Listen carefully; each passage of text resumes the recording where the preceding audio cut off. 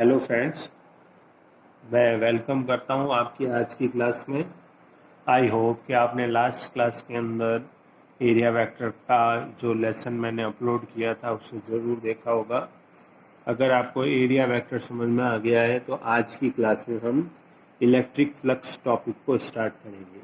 तो देखिए, आज का जो हमारा टॉपिक है इसका नाम है इलेक्ट्रिक फ्लक्स।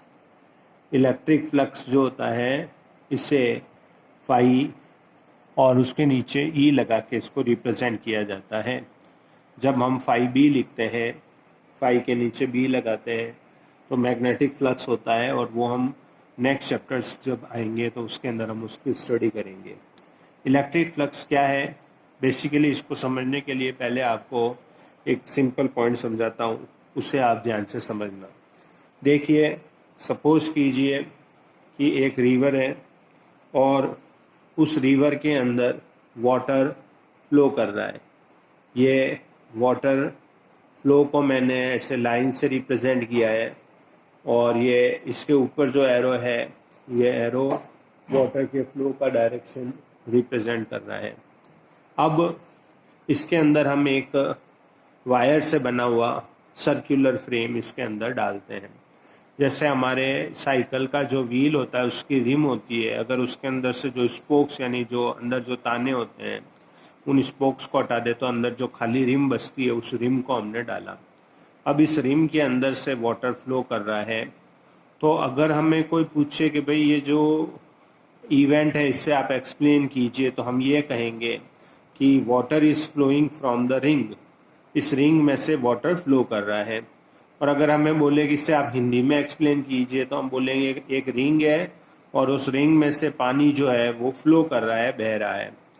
अगर इसी चीज़ को हमें ग्रीक लैंग्वेज में बोला जाए कि इस चीज़ को आप ग्रीक लैंग्वेज में एक्सप्लेन कीजिए, तो हम बोलेंगे वाटर फ्लक्स। वाटर फ्लक्स का मतलब है कि एक कोई क्लोज रिंग है और उसमें से वाटर जो है वो फ्लो कर रहा है। तो बस सीधी सी बात है कि इस रिंग में से जब पानी बहता है तो उस बहने वाले पानी को अगर ग्रीक लैंग्वेज में बोला जाए तो उसको हम फ्लक्स बोलते हैं। अब हमारा जो टॉपिक है वो है इलेक्ट्रिक फ्लक्स। इलेक्ट्रिक फ्लक्स को हम कैसे समझें? तो देखो, वाटर के इस जगह पे हम इलेक्ट्रिक फील्ड लेंगे। यहाँ पर एक प्लस की प्लेट है।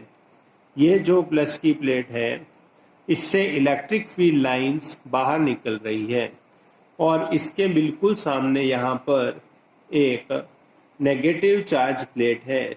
नेगेटिव चार्ज प्लेट का मतलब होता है कि इसके अंदर इलेक्ट्रिक फील्ड लाइन अंदर आ रही है। और अगर आप इन दोनों प्लेट्स के बीच में देखेंगे तो आपको ये इलेक्ट्रिक फील्ड दिखेगा। ये हमारा इलेक्ट्रिक फील्ड है जिसको हमने इलेक्ट्रिक फील्ड लाइंस के थ्रू शो किया है। अब हमने इसके अंदर एक इमेजिनरी एरिया जो है उसको यहाँ पे ड्रॉ किया है। इस इमेजिनरी एरिया में से कुछ इलेक्ट्रिक फील्ड लाइंस निकल रही है, इस इमेजिनरी एरिया के अंदर से निकल रही है। तो अगर हमसे पूछा जाए कि ये चीज़ क्या है, तो हम बोलेंगे electric field lines are passing through the close area.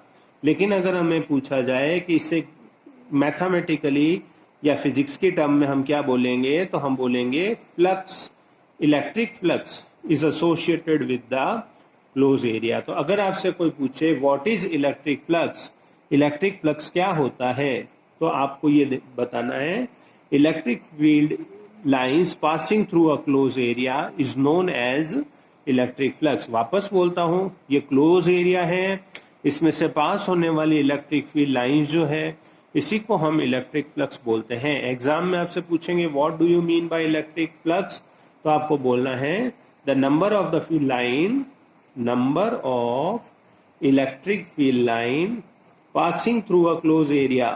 Passing through, through मतलब उसके अंदर से, passing through a closed area. Closed यानी जो चारों तरफ से बंद हो, closed area is called as electric flux. आपको मेरी बात समझ में आई? अब यहाँ पे मैं दो डायग्राम ड्रॉ करता हूँ, आप मेरे साथ साथ बताइए इनमें से किस में से इलेक्ट्रिक फ्लक्स जो है उसकी वैल्यू ज़्यादा होगी। ये देखिए, ये दोनों डायग्राम हैं। इसमें देखिए, इसमें इलेक्ट्रिक फ्लक्स जो है ये ज़्यादा है, इसमें इलेक्ट्रिक फ्लक्स क्या है, इसमें इलेक्ट्रिक फ्लक्स कम है। तो अब देखिए, इसमें इलेक्ट्रिक फ्लक्स ज़्यादा क्यों बोला गया, क्योंकि इसमें इलेक्ट्रिक फील्ड लाइंस 4 है और इसका इलेक्ट्रिक फ्लक्स हाफ हो गया क्योंकि इसके अंदर इलेक्ट्रिक फील्ड लाइंस 2 ही पास हो रही है। तो ये हमें समझ में आता है कि जितनी ज़्यादा इलेक्ट्रिक फील्ड लाइंस होंगी दोस्तों, उतना ही ज़्यादा इलेक्ट्रिक फ्लक्स होगा। आपको मेरी बात समझ में आई? अब आप सोचिए, हम पहले ये पढ़ चुके हैं कि जब number of electric field line ज़्यादा होती है तो हमारा जो इलेक्ट्रिक फील्ड है वो स्ट्रांग होता है। तो यहाँ देखिए, इस डायग्राम में इलेक्ट्रिक फील्ड भी ज़्यादा है, इलेक्ट्रिक फ्लक्स भी ज़्यादा है, और सेकंड डायग्राम में इलेक्ट्रिक फील्ड कम है, इसलिए इलेक्ट्रिक फील्ड लाइंस भी कम है, इसलिए इलेक्ट्रिक फ्लक्स कम है। तो हम यहाँ से ये कंक्लूजन निकाल सकते हैं कि जब हम इलेक्ट्रिक फील्ड की स्ट्रेंथ बढ़ाते हैं तब हमारा इलेक्ट्रिक फ्लक्स जो है वो बढ़ता है। ये आपको पॉइंट नंबर 1 समझ में आया। पॉइंट नंबर 2 देखिए, यहाँ पे मैं एक छोटा एरिया लेता हूँ, यहाँ पे और बड़ा एरिया लेता हूँ, और इस जगह पर देखिए मैं और बड़ा एरिया ले लेता हूँ। अब इन तीनों डायग्राम में मैं इलेक्ट्रिक फील्ड लाइंस पास करता हूँ। इन तीनों को मैं एक ही इलेक्ट्रिक फील्ड में रख रहा हूँ, इन तीनों को मैंने एक ही इलेक्ट्रिक फील्ड में रखा। देखिए, इलेक्ट्रिक फील्ड की वैल्यू सभी जगह सेम है, यहाँ पे भी ई है, यहाँ पे भी ई है, यहाँ पे भी ई है, लेकिन आप देखोगे कि जो फ्लक्स है वो यहाँ पे सबसे कम है और यहाँ पे इलेक्ट्रिक फ्लक्स जो है वो ज़्यादा है। ज़्यादा होने का रीज़न सोचिए, ज़्यादा होने का रीज़न क्या हुआ दोस्तों? ज़्यादा होने का जो रीज़न है वो है इसका एरिया बड़ा है। और यहाँ फ्लक्स कम क्यों है? क्योंकि यहाँ पर एरिया कम है। तो अब हम यहाँ से क्या इन्फ्रेंस निकालेंगे कि जितना बड़ा एरिया होता है उतना ही ज़्यादा इलेक्ट्रिक फ्लक्स होता है। So we can say that electric flux is also directly proportional to the area of the closed surface. The area increases, electric flux also increases. तो हमें ये दो फैक्टर्स तो समझ में आ गए कि जो इलेक्ट्रिक फ्लक्स है वो इलेक्ट्रिक फील्ड और एरिया जो होता है उसके मैग्नीट्यूड पे डिपेंड करता है। अब हम देखेंगे कि जो हमारा इलेक्ट्रिक फ्लक्स है वो एक और जो फैक्टर है उसके ऊपर डिपेंड करता है, उसको हम समझने की कोशिश करते हैं।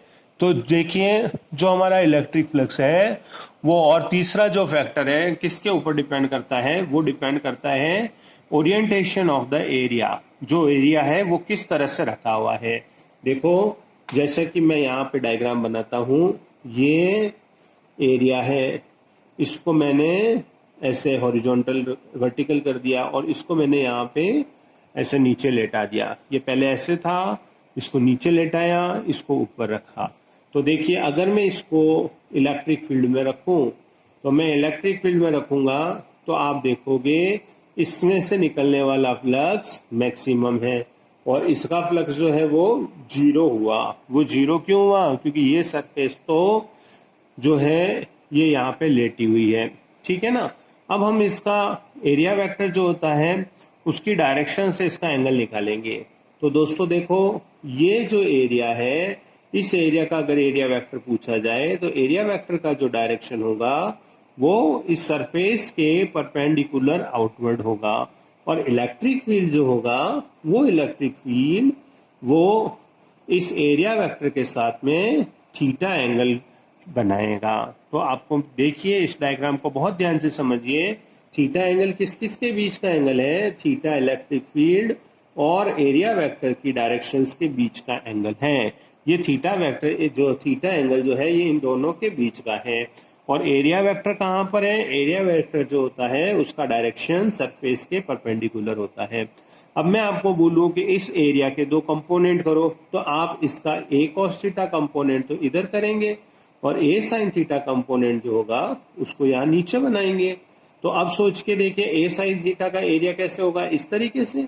और ए कॉस थीटा का एरिया कैसे होगा? इस तरीके से।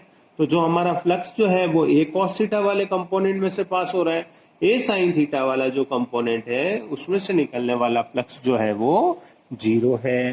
तो इसका क्या मतलब हो गया? इसका मतलब ये हो गया कि जो ए वेक्टर जो है, एरिया वेक्टर ए है, इसका जो फ्लक्स है वो ए कॉस थीटा में से निकल रहा है।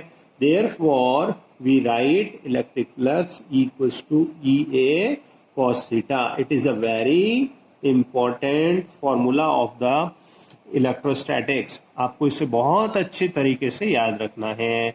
और आप लोगों ने 11th में वेक्टर पढ़ा था, उसमें पढ़ा था when we remove the cos there is a dot। जब हम cos थीटा को हटाते हैं तो ये जो वेक्टर्स होते हैं उनके बीच में डॉट आ जाता है। So we can say that flux is E dot A. जो फ्लक्स जो होगा it is a scalar quantity, ये आपको याद रखना है। बिकॉज डॉट का जो प्रोडक्ट होता है it is always electric a scalar quantity. Why it is a scalar quantity? Because it is representing only number of electric field lines. It is number of the electric field lines passing through the surface. ये केवल एक number को ही तो show करने वाली quantity है, और कोई भी जो नंबर होता है वो कभी भी वेक्टर नहीं हो सकता है। इसलिए हम ये कह सकते हैं कि जो फ्लक्स है वो स्केलर है। अगर देखिए कई बार हमारे सामने सिचुएशन ये आ जाती है, जैसे मान लीजिए ये स्फेरिकल सरफेस है, ये एक स्फीयर है। स्फीयर जो है इसका पूरे का एरिया जो है वो एरिया ए है। और अगर मैं इस पे एक छोटा सा एलिमेंट लूं, एलिमेंट का मतलब होता है बिल्कुल छोटा सा एक पोर्शन, तो इस एलिमेंट का जो एरिया होगा वो डीए होगा। ये इसका एलिमेंट का जो एरिया है वो डीए होगा, और डीए में से जो फ्लक्स पास होगा that will be d phi. ये आपको याद रखना है। तो डी फाई जो हुआ, देखो फाई का मतलब होता है total flux passing through the surface, और डी फाई का मतलब होता है flux passing through a small element. छोटे से एलिमेंट में से जो फ्लक्स पास होगा उसको हम डी फाई बोलेंगे। और डी फाई की वैल्यू क्या होगी बेटा? डी फाई की वैल्यू होगी E D A cos theta, क्योंकि एरिया वेक्टर का जो एलिमेंट है वो डी ए है। डी ए का जो फ्लक्स होगा वो डी फाई होगा। अगर हम इसको इंटीग्रेट कर दें, इंटीग्रेट करेंगे दोनों तरफ, तो डी फाई का इंटीग्रल तो फाई हो जाएगा, और यहाँ पर आपको जो है इंटीग्रल का साइन लगाना पड़ेगा। देखिए इस इंटीग्रल के ऊपर आपको एक सर्कल बनाना है। ये सर्कल क्या शो करेगा कि जो आप सरफेस ले रहे हैं वो एक क्लोज्ड सरफेस है, यानी चारों तरफ से बंद सरफेस के लिए ये इंटीग्रल है। और इस सर्कल से का इंटीग्रल का मेथड तो वही रहेगा, प्रोसीजर तो वही रहेगा, सिर्फ ये जो सर्कल है ये हमें ये बताता है कि जो हमारा जो इंटीग्रल है वो एक क्लोज्ड सरफेस के लिए हो रहा है। या हम इसको फॉर्मूले को इस तरीके से भी लिख सकते हैं, closed integral E dot D A, और हम इसको क्लोज्ड इंटीग्रल की फॉर्म में बोलते हैं। अब हम देखते हैं what is the unit of electric flux. Unit of electric flux क्या होगी बेटा? इलेक्ट्रिक फील्ड की जो यूनिट होती है वो होती है न्यूटन पर कूलम, और एरिया वेक्टर की जो यूनिट होती है वो होती है मीटर स्क्वायर। तो ये हो गए न्यूटन पर कूलम इंटू मीटर स्क्वायर, या आप इसको इलेक्ट्रिक फील्ड की यूनिट होती है वोल्ट पर मीटर, और एरिया वेक्टर की क्या हो जाएगी? Metre square. मीटर स्क्वायर से मीटर कट जाएगा तो बनेगा वोल्ट इंटू मीटर। और अगर हमें पूछा जाए कि डायमेंशन फॉर्मूला क्या है तो हम कैसे बनाएंगे? बहुत सिंपल है। देखो न्यूटन के लिए डायमेंशनल फॉर्मूला होता है m1l1t-2, और कूलम का क्या होता है दोस्तों? कूलम का होता है a1t1, और मीटर स्क्वायर के लिए क्या होगा? L2। तो अब आप इसे सॉल्व कर लेंगे। आप इसे सॉल्व करेंगे तो बनेगा m1l3t-3a-1। ये आपको फ्लक्स के बारे में कुछ बातें जो हैं मैंने आपको समझाई है, इसे आपको ध्यान से समझना है। अब बड़ी ही इंपॉर्टेंट पॉइंट जो बता रहा हूं इसे आपको अच्छे से समझना है। पॉजिटिव फ्लक्स का क्या मतलब होता है, नेगेटिव फ्लक्स का क्या मतलब होता है, और जीरो फ्लक्स का क्या मतलब होता है, इसे हम समझते हैं। इसे आप बहुत अच्छे से समझें। इसे आप जब ढंग से समझेंगे तभी आपको ये जो चैप्टर है इस पे ग्रिप बनेगी। और मैं गारंटी लेता हूं कि अगर आपने ये फ्लक्स का लेसन देखा है तो आपका एक भी क्वेश्चन रॉन्ग नहीं होगा। तो देखिए पॉजिटिव फ्लक्स का मतलब हम समझते हैं। देखिए we take a cylindrical closed surface, हम एक सिलेंड्रिकल क्लोज्ड सरफेस लेते हैं। इस सिलेंड्रिकल सरफेस को हम 3 पार्ट में डिवाइड करते हैं। तीन पार्ट क्या क्या हो गए बेटा? एक तो हो गया ये वाला सर्कुलर सरफेस, इसका एरिया वेक्टर A1 जो है वो बाहर की तरफ है, इसका एरिया वेक्टर A2 जो होगा वो भी बाहर की तरफ होगा, परपेंडिकुलर आउटवर्ड होगा। और एक है ये कर्व्ड सरफेस। कर्व्ड सरफेस जैसे ये पेन होता है, इस पेन के ऊपर ये सरफेस होती है जहां से हम ग्रिप करते हैं, वो कर्व्ड सरफेस होती है। कर्व्ड सरफेस का एरिया वेक्टर जो होगा वो ऊपर की तरफ होगा, ठीक है ना, परपेंडिकुलर आउटवर्ड होगा। अब हम इस डायग्राम के अंदर इलेक्ट्रिक फील्ड चलाते हैं ऐसे एक्स डायरेक्शन में, ये हम इलेक्ट्रिक फील्ड चलाते हैं। तो देखिए ये जो लाइन है हमारी, ये लाइन जो है ये इलेक्ट्रिक फील्ड की लाइन है। ये आपको बात समझ में आई? इलेक्ट्रिक फील्ड जो है, ये मैं रेड कलर से इसको शो कर देता हूँ। इलेक्ट्रिक फील्ड की जो लाइन है, जो रेड कलर की मैंने यहाँ पे शो करी है, ये इलेक्ट्रिक फील्ड लाइन जो है ये इलेक्ट्रिक फील्ड की डायरेक्शन को शो कर रही है। सबसे पहले हम सरफेस A1 के लिए फ्लक्स निकालते हैं। अगर हमें पूछा जाए सरफेस 1 के लिए सर फ्लक्स निकालिए, तो फाई E1 की वैल्यू होगी A1 cos 0। Why I have taken theta 0? Because A1 का डायरेक्शन प्लस एक्स, E1 का का जो direction it is also plus x, both arrows are in the same direction, therefore we have taken cos 0। और cos 0 की value आप सब बच्चों को पता है, cos 0 इज इक्वल टू 1। तो हम फ्लक्स की वैल्यू जो लेंगे it will be equal to EA1। ये आपको समझ में आया? अब हम ये जो आपका है, देखिए ये रेड कलर की जो लाइन है इलेक्ट्रिक फील्ड है, और A2 जो है ये एरिया वेक्टर है, ये है हमारा एरिया वेक्टर। तो हम इस सरफेस के लिए फ्लक्स की वैल्यू निकालेंगे। ये वाली जो सरफेस है जो मैं यहाँ पे शेडेड बनाई है मैंने, इस सरफेस के लिए फ्लक्स निकालेंगे। तो इसके लिए देखिए फाई E2 की वैल्यू क्या होगी? EA2 cos 180 degree. Why I have taken 180 degree? Because A2 vector is outward and मतलब ये तो है माइनस एक्स डायरेक्शन में, और जो रेड वाला जो लाइन है यानी जो इलेक्ट्रिक फील्ड की लाइन है वो है प्लस एक्स डायरेक्शन में। तो दोनों जो है वो एक दूसरे के अपोजिट है, एक प्लस एक्स में है एक माइनस एक्स में। ये तो है देखो माइनस एक्स में और ये है प्लस एक्स में, तो उनके बीच का एंगल हो गया 180, और cos 180 की वैल्यू क्या हो गई? -1। तो फ्लक्स की वैल्यू जो हुई वो हुई -EA2। अब देखिए यहाँ पे हम फ्लक्स, पॉजिटिव फ्लक्स भी निकाल चुके हैं और नेगेटिव फ्लक्स भी निकाल चुके हैं। तो इनका मतलब क्या है, प्रैक्टिकली मतलब क्या है? जब कोई फील्ड अंदर की तरफ एंटर करता है, ये एरिया है इसके अंदर एंटर करेगा, तो जो फ्लक्स होगा वो नेगेटिव होगा, और जब वो इससे बाहर निकलेगा, जब वो इस चीज से बाहर निकलेगा तो जो फ्लक्स होगा वो पॉजिटिव फ्लक्स होगा। समझ में आया? बाहर मतलब आउटवर्ड जो इलेक्ट्रिक फील्ड होगा, आउटवर्ड कोई भी वैल्यू जो होगी, फील्ड जो होगा वो किसी सरफेस से आउटवर्ड बाहर की तरफ निकलेगा तो नेगेटिव, पॉजिटिव फ्लक्स हो जाएगा। और नेगेटिव कब होगा? जब हम इनवर्ड एंटर करवाएंगे फील्ड को। क्या आपको मेरी बात समझ में आई? और A3 जो है इसमें देखिए, इसमें इलेक्ट्रिक फील्ड जो है हमारा इस तरीके से है, रेड कलर का एरो इस तरह से, और एंगल क्या लग रहा है? 90 डिग्री का। तो फाई E जो होगा 3 के अंदर ये cos 90 की वैल्यू क्या होती है? 0। तो इसका टोटल फ्लक्स जो हुआ, इसका जो इलेक्ट्रिक फ्लक्स जो हुआ थर्ड सरफेस का, वो 0 हो गया। तो इसमें से तो निकल ही नहीं रहा है, ये कर्व्ड सरफेस तो चारों तरफ है, फ्लक्स तो इस सर्कुलर सरफेस के अंदर आ रहा है और इस सर्कुलर सरफेस से बाहर जा रहा है। आई थिंक आपको ये बात समझ में आई होगी। अगर हमें टोटल फ्लक्स पूछे तो हमारा आंसर क्या हो जाएगा? EA1 minus EA2। EA1 तो आउटवर्ड, EA2 इनवर्ड। और अगर A1 A2 को मैं सेम ले लूं, अगर ये जो सिलेंडर है इसके दोनों एरिया सेम ले लूं तो, और इन दोनों को मैं A के इक्वल मान लूं, तो मेरा टोटल फ्लक्स क्या आ जाएगा? 0।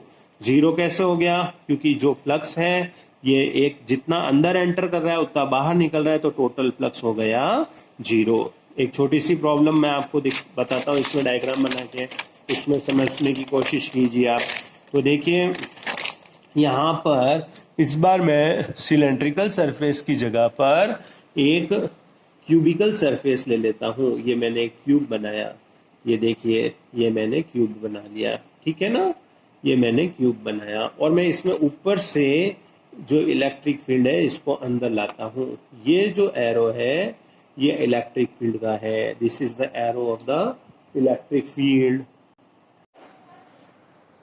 ये जो एरो है ये एरो इसका है हमारा इलेक्ट्रिक फील्ड का। तो अगर हमसे पूछा जाए कि वो एरिया बताइए जिसका फ्लक्स जो है वो नेगेटिव है, तो देखिए ए बी सी डी जो सरफेस है उसमें इलेक्ट्रिक फील्ड जो है अंदर आ रहा है, तो इसका जो फ्लक्स जो हुआ वो नेगेटिव हो गया। और हमें पूछा जाए कौन सी सरफेस का जो फ्लक्स है वो पॉजिटिव है, तो हम क्या बताएंगे, ई एफ जी एच, इसका जो फ्लक्स होगा वो पॉजिटिव फ्लक्स होगा। आई थिंक आपको समझ में आया होगा। और अगर हमें टोटल फ्लक्स पूछा जाए तो टोटल फ्लक्स क्या होगा, जीरो, क्योंकि एक लाइन अंदर आई और एक लाइन बाहर गई, तो हमारा टोटल फ्लक्स क्या हो गया, जीरो। तो आई थिंक आपको नेगेटिव फ्लक्स और पॉजिटिव फ्लक्स क्या होता है इसके बारे में अच्छे से समझ में आया होगा। अब मैं आपको एक छोटी सी प्रॉब्लम करवाता हूँ। हमें इलेक्ट्रिक फील्ड की वैल्यू दे रखी है 200 आई कैप प्लस 300 जे कैप वोल्ट पर मीटर में, ये हमारी वैल्यू गिवन है। और हमें जो एरिया वेक्टर जो गिवन है, एरिया वेक्टर को ए या एस कुछ भी लिख सकते हैं, 5 × 10⁻³ जे कैप, और इसकी जो यूनिट है वो मीटर स्क्वायर है। हमें पूछा गया है फ्लक्स कैलकुलेट करिए, तो फ्लक्स क्या होता है, ई डॉट ए। बहुत ही सिंपल प्रॉब्लम थी, तो इसमें हम यहाँ पे रखेंगे 200 आई प्लस 300 जे और डॉट लगा देंगे हम इसका 5 × 10⁻³ जे कैप के साथ में। तो देखिए यहाँ पर दोनों एम के एस में है तो कोई प्रॉब्लम वाली बात नहीं। अब देखो आपको पता होगा आई डॉट जे जो होता है वो 0 होता है और जे डॉट जे जो होता है वो 1 होता है। इसलिए जब मैं इस टर्म का जो आई कैप वाली टर्म है इसका जे के साथ में डॉट करूंगा तो वो तो 0 आएगा, तो मैं इसको सॉल्व ही नहीं करूंगा। तो सीधा मैं क्या करूंगा, 300 × 5 × 10⁻³ कर दूंगा। ठीक है, ये समझ में आई है आपको मेरी बात। तो ये जे डॉट जे मेरा 1 हो गया, इसका जे और इसका जे बीच में डॉट है, तो जे डॉट जे मेरा 1 हो गया। अब आप इसको सॉल्व कर लीजिए, इसको सॉल्व कर लीजिए आप। 3 × 5 × 10⁻⁻1, ये 2 इसमें से कट गए तो ये -1 हो गया, तो इसका आंसर आ गया 1.5 वोल्ट मीटर। ये हमारा फ्लक्स कैलकुलेट हो गया। तो इस तरीके से आप जो फ्लक्स है उसको सॉल्व कर सकते हैं। एक प्रॉब्लम मैं आपको और करवाना चाहता हूँ, इसको भी आप अच्छे से समझिए। इसमें हम एंगल से एक प्रॉब्लम बना लेते हैं, फिर हमें उसको अच्छे से समझ में आ जाएगा। ठीक है ना। तो क्या होता है, कई बार एंगल की प्रॉब्लम जब आ जाती है तो बच्चे घबरा जाते हैं। घबराने की कोई बात नहीं है, इसको आराम से समझिए। हमें दे रखी है एक 5 सेंटीमीटर की सर्कुलर शीट गिवन है। सर्कुलर शीट का मतलब हो गया ये इस तरह से एक सर्कुलर शीट है और इस 5 सेंटीमीटर रेडियस है। सेंटीमीटर है तो हम इसको क्या करेंगे, 100 से डिवाइड करेंगे, मीटर में कन्वर्ट करना होता है। तो 0.05 metre square, 0.05 metre, sorry metre square नहीं, मीटर इसकी जो है वो हमने रेडियस निकाल दी। और उसको इलेक्ट्रिक फील्ड में इस तरह से रखा गया है, ये हमारा इलेक्ट्रिक फील्ड है, ये हमारा इलेक्ट्रिक फील्ड है। हमारे को इसको इलेक्ट्रिक फील्ड में इस तरीके से दिया गया है कि जो इलेक्ट्रिक फील्ड है वो इसकी जो सरफेस है, इस सरफेस के साथ में जो एंगल बना रहा है, सरफेस के साथ में, देखो एरिया वेक्टर के साथ में एंगल नहीं है, बड़ी इंपॉर्टेंट बात है। सरफेस के साथ में जो एंगल बना रहा है वो एंगल हमारा 30 डिग्री का एंगल बना रहा है। मैं आपको फिर रिपीट कर रहा हूँ, इलेक्ट्रिक फील्ड इस सर्कुलर सरफेस के साथ में 30 डिग्री का एंगल बना रहा है। और एरिया वेक्टर का होगा सरफेस के परपेंडिकुलर। अगर ये 30 है तो पीछे कितना एंगल रह गया, 60। तो हमें क्या फाइंड आउट करना होता है, इलेक्ट्रिक फील्ड और एरिया वेक्टर के बीच का एंगल देखना होता है। तो हमारा जो थीटा है ना वो 90 - 30 दैट इज इक्वल टू 60 आ गया। समझ में आई आपको मेरी बात। शीट की सरफेस के साथ में 30 डिग्री है तो इलेक्ट्रिक फील्ड और एरिया वेक्टर के बीच का जो एंगल है वो 60 डिग्री हो गया। और हमारे को इलेक्ट्रिक फील्ड का जो मैग्नीट्यूड गिवन है वो गिवन है 5 × 10⁵ वोल्ट पर मीटर। हमें इसका फ्लक्स पास जो हो रहा है वो कैलकुलेट करना है। तो फ्लक्स क्या होता है हमारा, फ्लक्स होता है E A cos थीटा। अब हमारे को सिंस सर्कुलर सरफेस गिवन है तो हम A की वैल्यू जो होगी we will take it pi r square into cos theta. Electric field की वैल्यू रख देते हैं 5 इंटू 10⁻⁵, पाई की वैल्यू रख देते हैं 3.14 और आर की वैल्यू जो है वो 0.05 का स्क्वायर डाल देते हैं और यहाँ डाल देते हैं cos 60 डिग्री। cos 60 डिग्री की वैल्यू होती है 1/2, तो यहाँ पर ये बन जाएगा 5 इंटू 10⁻⁵ 3.14, ये हो गया 25.0025 इंटू cos 60 की वैल्यू हो गई 1/2, 1/2 से ये कट हो गया 2.5।